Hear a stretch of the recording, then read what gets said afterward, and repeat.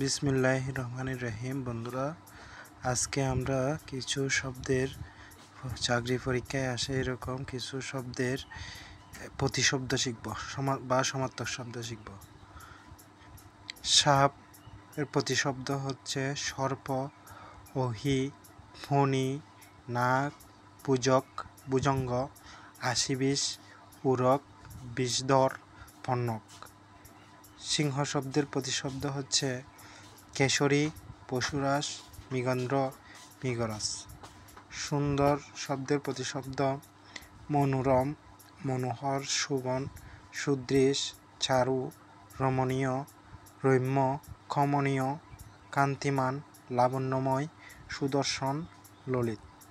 সূর্য শব্দের প্রতিশব্দ রবি, তপন, বানু, ভাস্কর, আদিত্য, সবিতা, প্রভাকর, দিবাকর, বিভাবসু, তৃণমণি, মার্তণ্ড, অংশুমালী, অরুণ।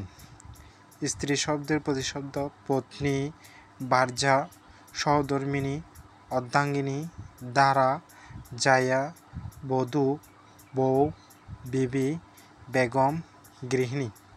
স্বর্ণ শব্দের প্রতিশব্দ সোনা, সুবর্ণ, কাঞ্চন, কনক, হিরণ, হিরণ্য, হেম।